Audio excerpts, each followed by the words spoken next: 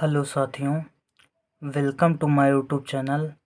आज हम क्या करेंगे, जो भी आपके पृष्ठीय क्षेत्रफल एवं आयतन के बहुत ज़्यादा महत्वपूर्ण क्वेश्चन हैं, उनको हम इस वीडियो में डिस्कस करेंगे। ठीक है, मैं गारंटी देता हूँ कि इस वीडियो के बाहर क्वेश्चन जाएगा नहीं, अगर आप पूरा वीडियो गौर से देख लेते हो। ठीक है, तो चलिएगा हम क्वेश्चन को स्टार्ट करते हैं। देखिएगा, समय ना तो आपके पास है और ना ही मेरे पास है, तो हमने जितने भी क्वेश्चन थे उनको टाइप नहीं किया है। ठीक है, तो आप लोग डायरेक्ट देख लीजिएगा और समझिएगा। ठीक है, आप ध्यान से समझो इसको। तो यहाँ से जो आपका क्वेश्चन नंबर 1 है वो क्या कह रहा है, एक बेलन और शंकु की ऊंचाई बराबर है। ऊंचाई और आधार की त्रिज्याएं क्या हैं, बराबर। एक बेलन और शंकु की ऊंचाइयां और आधार की त्रिज्याएं बराबर हैं, उनकी आयतनों का अनुपात ज्ञात कीजिए। ठीक है, तो समझिएगा। मान लेते हैं कि माना बेलन तथा शंकु की त्रिज्याएं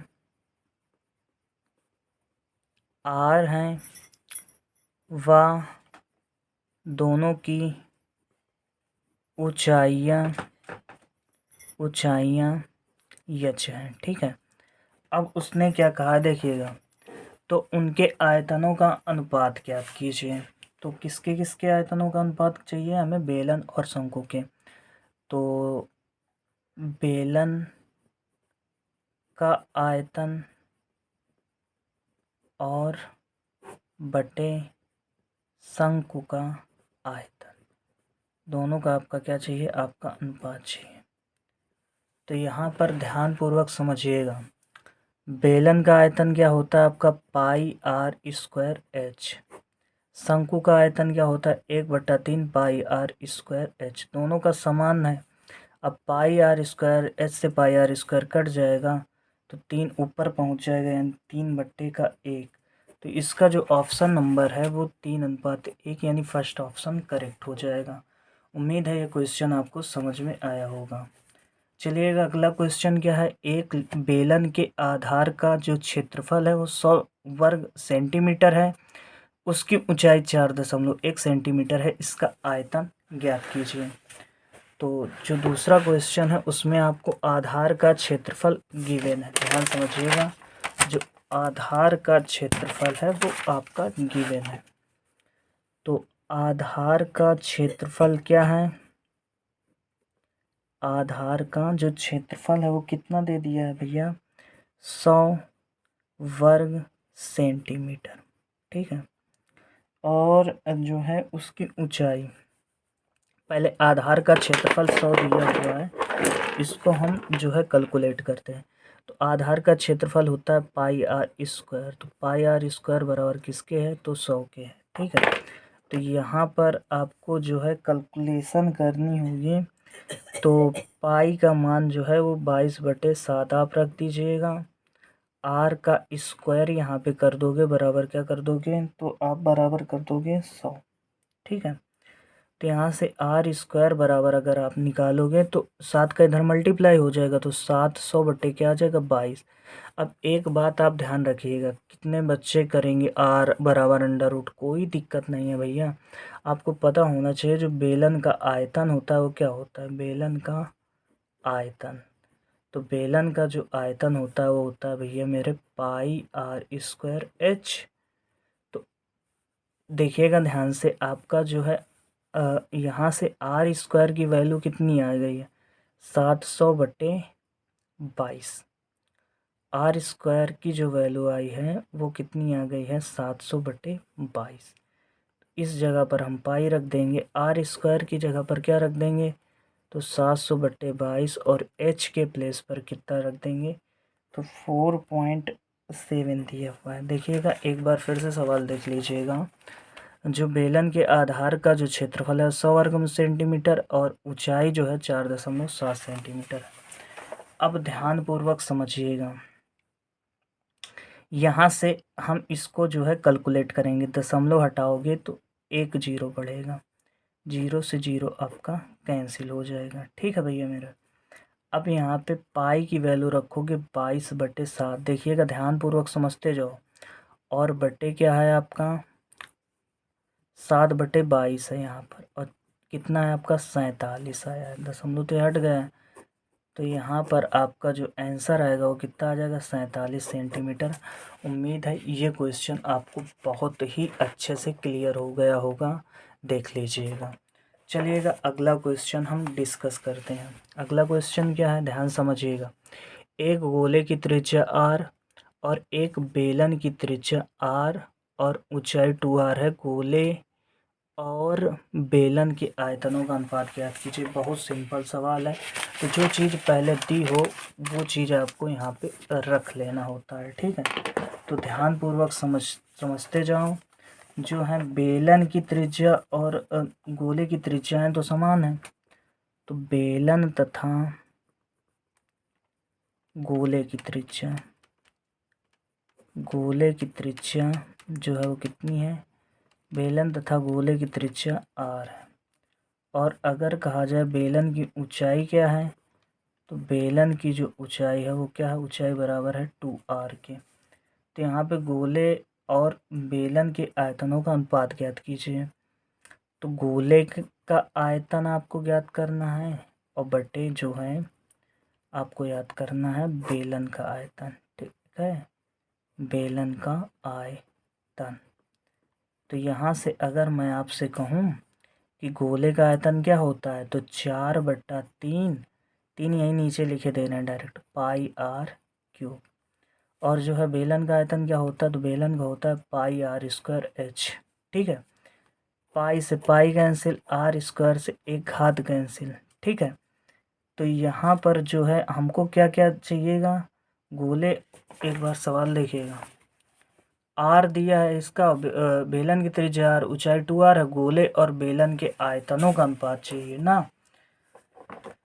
तो यहाँ पर h तुम्हारा जो है 2r दिया है ऊंचाई, तो यहाँ पर रखिएगा, देखिएगा 4/3 और इंटू r और इंटू h की जगह पे रखोगे 2r, r से r कैंसिल, 2 दूनी के 4, तो जो है 2/3 यानी 2:3 आ जाएगा। बेलन तथा जो है शंकु का आयतनों का अनुपात 2:3 आपका बिल्कुल करेक्ट हो जाएगा।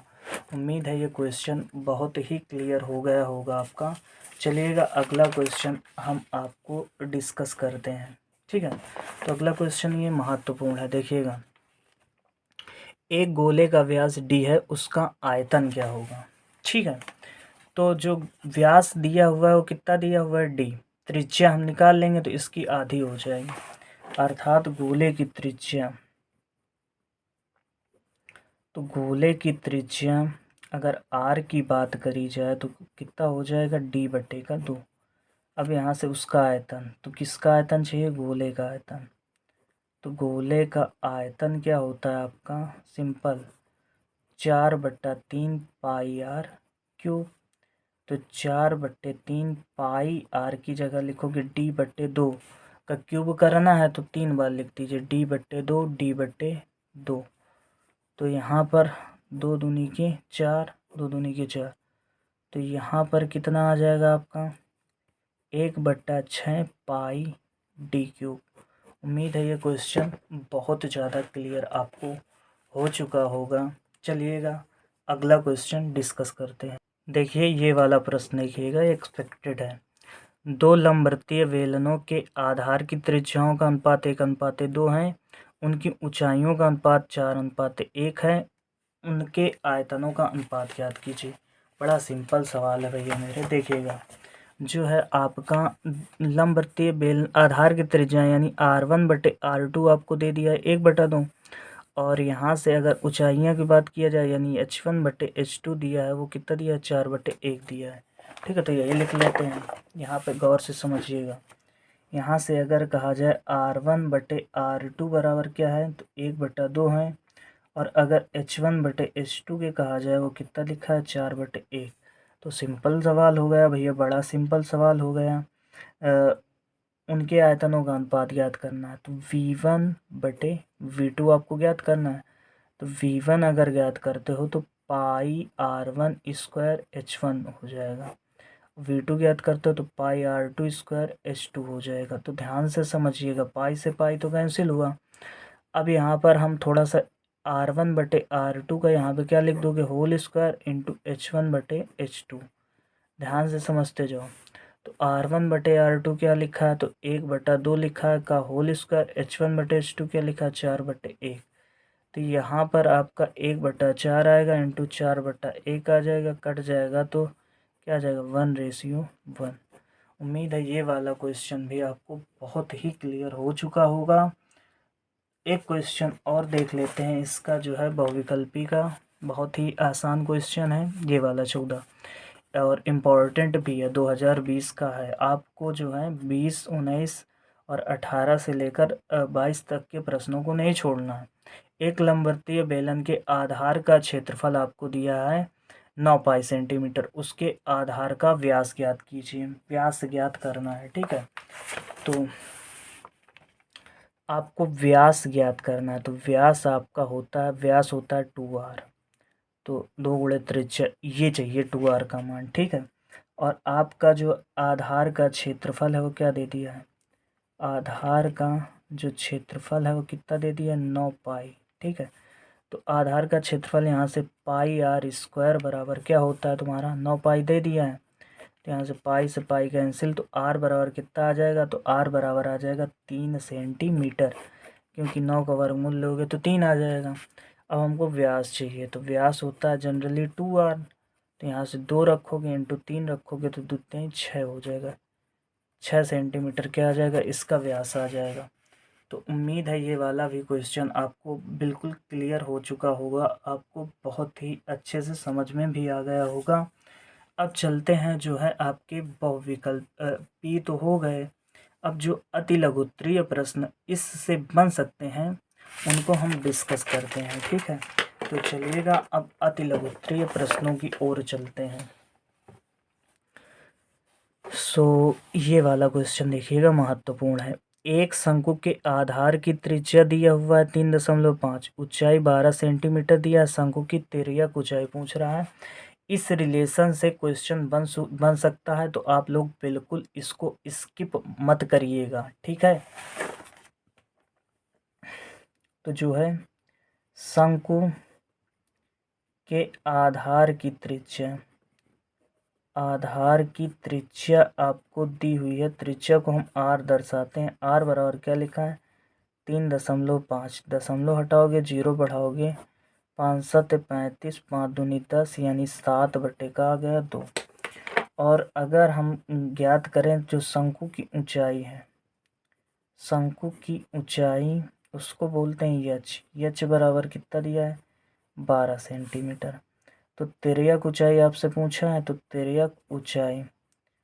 तिर्यक ऊंचाई यल बराबर क्या होता है, √h² प्लस का r²।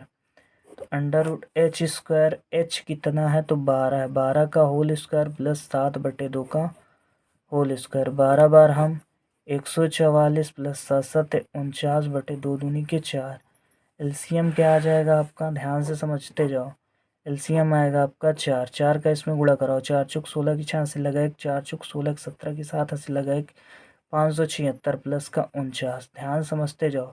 तो अंडर रूट आ जाएगा 625 का हो जाएगा 4, 625 का वर्गमूल हुआ 25, 4 का वर्गमूल हुआ 2, अर्थात क्या आ जाएगा, 12.5 सेंटीमीटर। अगर जिनको स्पीड लग रही हो तो वो प्लीज़ इसको जो है मैनेज करने का प्रयास करें, क्योंकि अब इतना समय नहीं बचा हुआ है कि आपको एक एक चीज़ एक्सप्लेन की जाए, ठीक है। चलिएगा जो है अगला क्वेश्चन आपको डिस्कस किया जाता है, तो ध्यान से अगले क्वेश्चन को समझिएगा। बहुत ही सरल शब्दों में आपको जो है अगला क्वेश्चन बताया जाएगा, ठीक है। तो अगला नेक्स्ट क्वेश्चन क्या है उसको समझते हैं, ठीक है। तो लिखा क्या है, अगला क्वेश्चन क्या है, एक गोले के वक्र पृष्ठ की माप 36 पाई है, तो गोले का आयतन ज्ञात कीजिए। यानी वक्र पृष्ठ 4πr² बराबर 36 पाई दे दिया है, तो आपसे गोले का आयतन पूछा गया है। तो यहाँ पे ध्यान समझिएगा, जो गोले का वक्र पृष्ठ है वो क्या दे दिया, यहाँ पे कर लेते हैं। जो गोले का वक्र पृष्ठ है वो क्या दे दिया है, गोले का वक्र पृष्ठ बराबर दे दिया है आपको जो है 36 पाई। ठीक है, तो गोले का वक्र पृष्ठ क्या होता है, 4 पाई r² बराबर क्या हुआ 36 पाई। तो यहाँ से पाई कैंसिल, 4 नहीं है 36, यानी r² बराबर 9 आया। तो r बराबर कितना आ जाएगा, तो r बराबर आ जाएगा 3 सेंटीमीटर।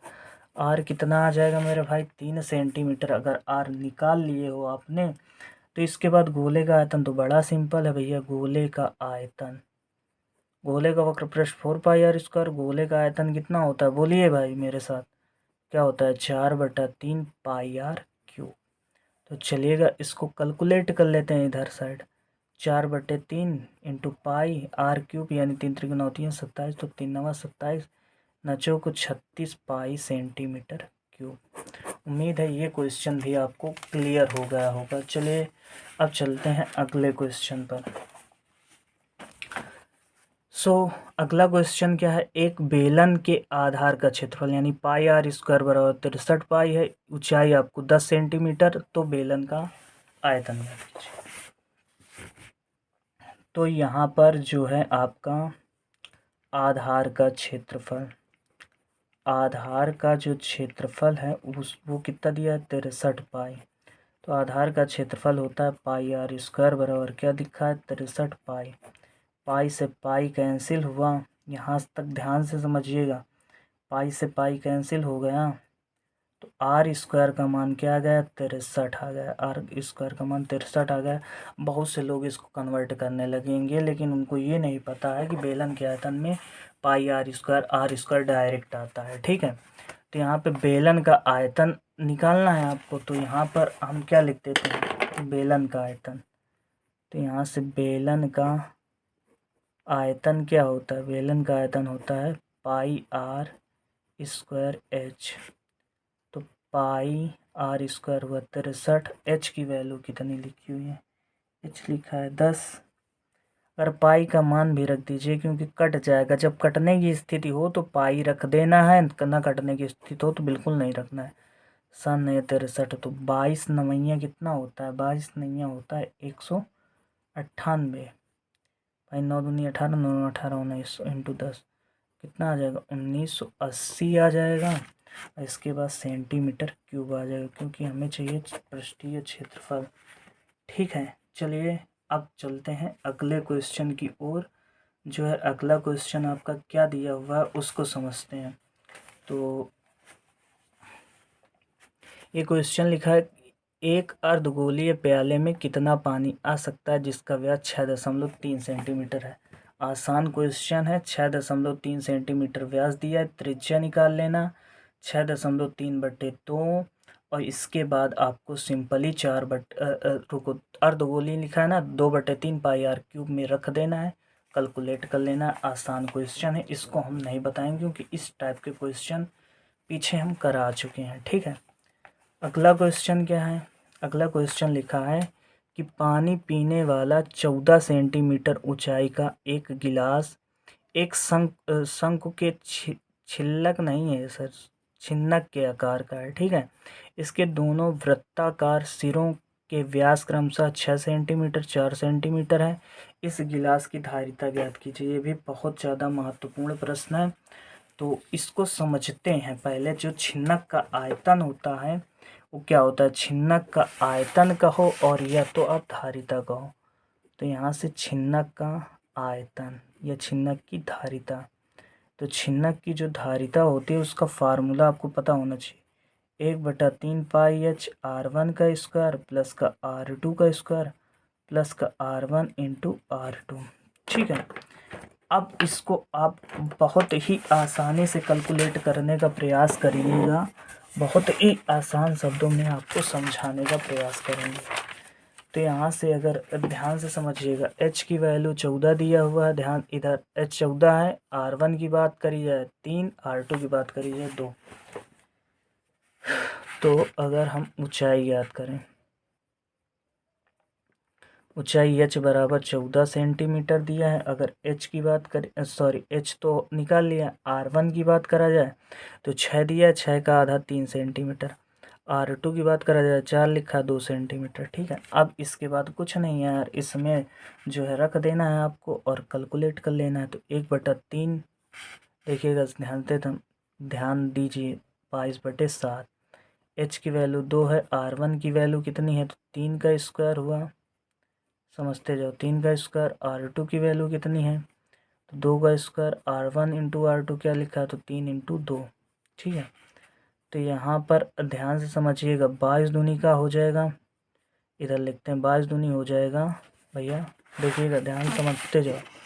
तो 22 दूनी हो जाएगा 44 और बटे 7, 7 त्रिका 21, और इसके बाद 3 का स्क्वायर हुआ 9, 2 का स्क्वायर 4, 3 का स्क्वायर 6।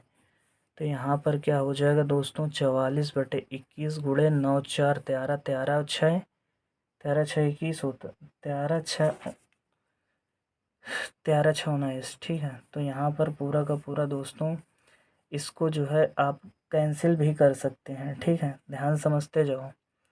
तो ये कट जाएगा, 4 4 8, यहाँ पर ध्यान समझो, माफ़ कीजिएगा, जो h की वैल्यू है वो 14 दी हुई है, 14। ठीक है, तो h की वैल्यू हम लिखना भूल गए हैं, तो यहाँ पे 14 हम जो है लिखे दे रहे हैं। ठीक है, अब इसको कैलकुलेट कर लीजिएगा तो कितना हो जाएगा, 7 दूनी 14, 7 त्रिका 21। तो इसको पूरे का पूरा जब आप कैलकुलेट करिएगा तो कितना आ जाएगा, गुणा करा लीजिएगा।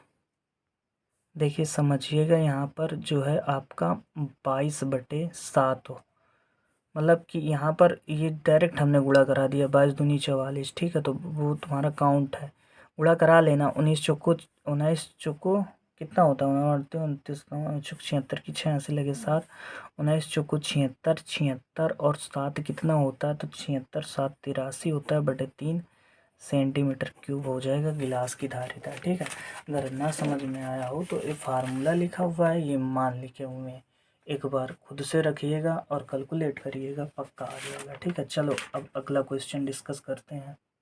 अगला क्वेश्चन साथियों क्या है कि एक बेलन का जो वक्र पृष्ठ है वो 900 पाई दिया हुआ है, आधार की त्रिज्या 10 सेंटीमीटर दिया है, बेलन की ऊंचाई आपसे पूछ रहा है। तो ये भी बड़ा सिंपल सा सवाल है, कोई कठिन सवाल नहीं है। तो वक्र पृष्ठ आपको दिया है बेलन का, ध्यान समझते जाओ। तो यहाँ से बेलन का वक्र पृष्ठ कितना दे दिया है मेरे भाई, तो बेलन का जो वक्र पृष्ठ है वो दे दिया है 900 पाई। ठीक है, इधर ध्यान समझिएगा, जो बेलन का जो वक्र पृष्ठ है, जो बेलन का वक्र पृष्ठ है 900 पाई है, और आधार की त्रिज्या अगर r की बात करी जाए तो r बराबर 10 सेंटीमीटर दिया हुआ है। तो बेलन का वक्र पृष्ठ क्या होता है 2πr/h बराबर क्या हो जाएगा 900 पाई। तो यहाँ से अगर पाई से पाई आपका कैंसिल हो जाएगा, 2 से काटिएगा तो 450 आ जाएगा। और h का जो है मान आपको यहाँ से कैलकुलेट कर लेना है, बड़ा ही सिंपल है। तो r का मान तो हम 10 रख देंगे इस जगह, 10 इंटू h बराबर क्या है 450, 0 से 0 कैंसिल हुआ तो h बराबर क्या आ जाएगा 45 सेंटीमीटर। यह बड़ा सिंपल सवाल है, बेलन का वक्र पृष्ठ दिया है, आप यहाँ से 2πr/h बराबर 900 पाई, पाई से पाई कैंसिल हो जाएगा और नॉर्मल क्वेश्चन है, आपको आराम से आ जाएगा। ठीक है, अब देखिएगा जो है, अब हम थोड़ा सा अच्छे क्वेश्चनों की ओर चलते हैं। देखिएगा अगला क्वेश्चन क्या लिखा हुआ है कि सिद्ध कीजिए कि बेलन का जो आयतन का दोगुना, अगर बेलन के आयतन का हम दोगुना कर देते हैं, उसके वक्र पृष्ठ और आधार की त्रिज्या के गुणनफल के बराबर होगा। कहने का अर्थ क्या है, जो आपका कह रहा है सवाल, वो क्या कह रहा है, बेलन के आयतन का दोगुना, तो 2 टाइम्स ऑफ बेलन का आयतन। ठीक है, बेलन का आयतन वो बराबर क्या होगा, तो वक्र पृष्ठ किसका, तो भैया बेलन का, बेलन का वक्र पृष्ठ इंटू आधार की त्रिज्या। ठीक है, ये कहने का अर्थ है। तो आप कोई सा भी एक LHS उठा लो चाहे RHS उठा, तो लेफ्ट हैंड साइड उठा लेते हैं। तो 2 गुणे बेलन का आयतन क्या होता है? बेलन का आयतन होता है पाई r²h, तो बराबर क्या हो जाएगा तुम्हारा 2 पाई r²h। उम्मीद है ये समझ में आ गया होगा। अब हम राइट हैंड साइड लेते हैं। राइट साइड क्या होता है? बेलन का वक्र पृष्ठ। बेलन का वक्र पृष्ठ होता है 2 पाई RH, आधार की त्रिज्या r। तो यहाँ पे क्या हो जाएगा 2 पाई r²h। तो हम कह सकते हैं कि जो लेफ्ट हैंड साइड है वो किसके बराबर होगा? तो भैया मेरे वो होगा राइट हैंड साइड के। उम्मीद है ये वाला भी क्वेश्चन आपको बहुत ही अच्छे से क्लियर हो गया होगा और आप लोग इस क्वेश्चन को जो है लगा लेंगे। ठीक है, अब चलते हैं अगले क्वेश्चन की ओर। अगला क्वेश्चन आपका क्या दिया है? वो भी बड़ा ही नॉर्मल प्रश्न है, आप कर सकते हो। देखिएगा क्वेश्चन क्या लिखा हुआ है, तो ध्यानपूर्वक समझो। लिखा है कि एक शंकु के छिन्नक की तिर्यक ऊंचाई 4 सेंटीमीटर यानी h दिया है। इसके वृत्तीय सिरों के परिमाप अर्थात परिधियों के जो परिमाप है वो 18 सेंटीमीटर 6 सेंटीमीटर है। छिन्नक का वक्र पृष्ठीय क्षेत्रफल ज्ञात कीजिए।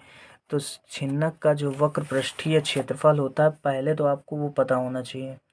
तो छिन्नक का वक्र पृष्ठीय क्षेत्रफल क्या होता है? तो वक्र पृष्ठीय क्षेत्रफल होता है पाई होता है, फिर यहाँ से L/r1 प्लस का r2। तो यहाँ पर आपको दिया क्या क्या है वो पहली बात समझते हैं। तो छिन्नक की जो तिर्यक ऊंचाई है वो L का मान 4 सेंटीमीटर दिया है। तो तिर्यक ऊंचाई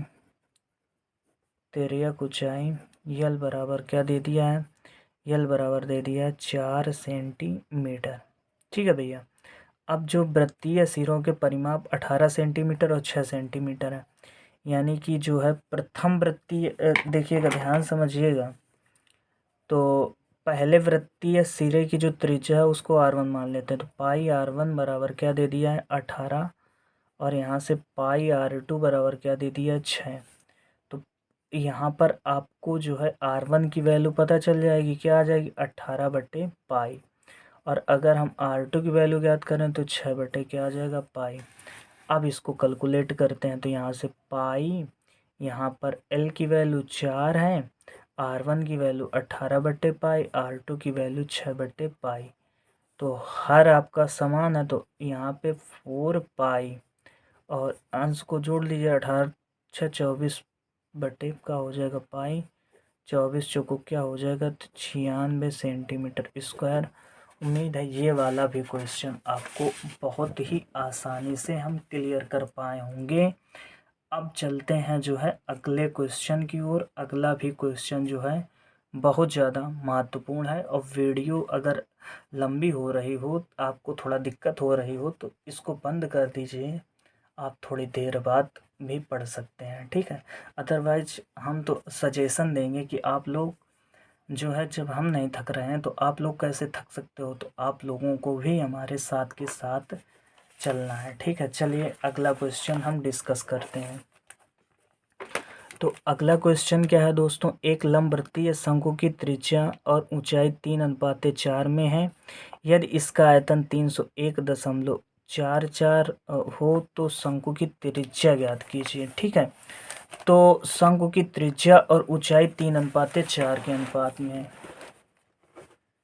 तो यहाँ से अगर दोस्तों शंकु की त्रिज्या की बात किया जाए, तो शंकु की त्रिज्या r बराबर कितना दिखा है, तो देखिएगा एक बार और पढ़ लीजिए आप लोग। r जो है, r जो दिया है वो 3 दिया है, और जो है ऊंचाई दिया है वो 4 दिया। 3:4 का अर्थ है त्रिज्या 3 है, ऊंचाई क्या है 4। त्रिज्या 3 हो गई, और यहीं से अगर ऊंचाई निकालोगे तो ऊंचाई क्या दे दिया है, तो ऊंचाई दे दिया है 4 सेंटीमीटर। इसका आयतन दिया है, तो शंकु का आयतन ध्यानपूर्वक समझते जाओ। शंकु का आयतन जो दिया है वो कितना दिया है, 301.44। तो शंकु का आयतन क्या होता है आपका, पाई r²h बराबर क्या लिखा है 301.44। अब यहाँ से पाई की वैल्यू होती है 3.14।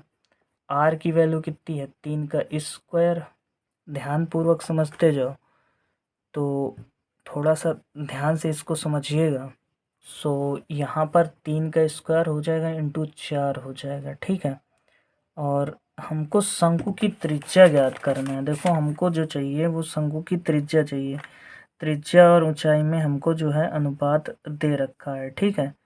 तो यहाँ पर एक काम आपको करना है, त्रिज्या में आपको जो है आर जोड़ देना है। मतलब अनुपात दिया हो किसी भी चीज़ का तो उसमें आपको जो है कोई भी कांस्टेंट पर जोड़ देना होता है।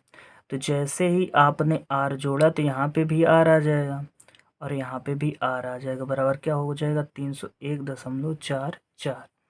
फिर इसके बाद 3.14 गुणे 3 त्रिक 9 आर स्क्वायर गुणे 4 आर बराबर 301.44। तो यहाँ पर आर क्यूब हो जाएगा। आर क्यूब बराबर क्या हो जाएगा 301.44। और इसके बाद यहाँ से नचों को 36 देखिएगा, समझते जाना। नचों को 36 हो गया, नचों को 36 इंटू 3.14, ठीक है। दशमलव से तो दशमलव कैंसिल हो जाएगा। अब इसके बाद आपको जो है सिंपल भाग कराना है और बहुत ही आसान है इसका भाग। तो पहले हम क्या करते हैं 301 और यहाँ पे 4 लिख लेते हैं। 36 का गुणा 314 में कराइएगा तो आएगा 3778 आएगा। देखिएगा ध्यान से कितना आ जाएगा 3768 आ जाएगा। जब इसको काटिएगा तो कितने बार ये जाएगा तुम्हारा 3768 जो है, ध्यान समझते जाओ, 8 बार ये पूरा का पूरा चला जाएगा। तो आर बराबर कितना आ जाएगा देखिएगा, आर बराबर जो है आपका 2 आ जाएगा। अब यहाँ से जो शंकु की त्रिज्या थी वो तो स्मॉल आर बराबर 3 माने थे, तो स्मॉल आर बराबर क्या हो जाएगा 3 इंटू 4 और यहाँ पे लिख दिया आर की जगह पे आपको 2 लिख देना है। तो यहाँ पे आर बराबर शंकु की त्रिज्या आ जाएगी, वो 3 आ जाएगी। सॉरी यहाँ पे 3 आर दिया है, देखिएगा ध्यान से 3 आर दिया है। तो यहाँ पर आप सिंपल लिख दीजिएगा तो 3 दूनी का हो जाएगा 6 सेंटीमीटर। उम्मीद है ये क्वेश्चन आपको बिल्कुल क्लियर हो गया होगा। अब जो है अगला क्वेश्चन है वो जो है बड़े अंक वाले हैं, ठीक है। तो उनको डिस्कस करते हैं।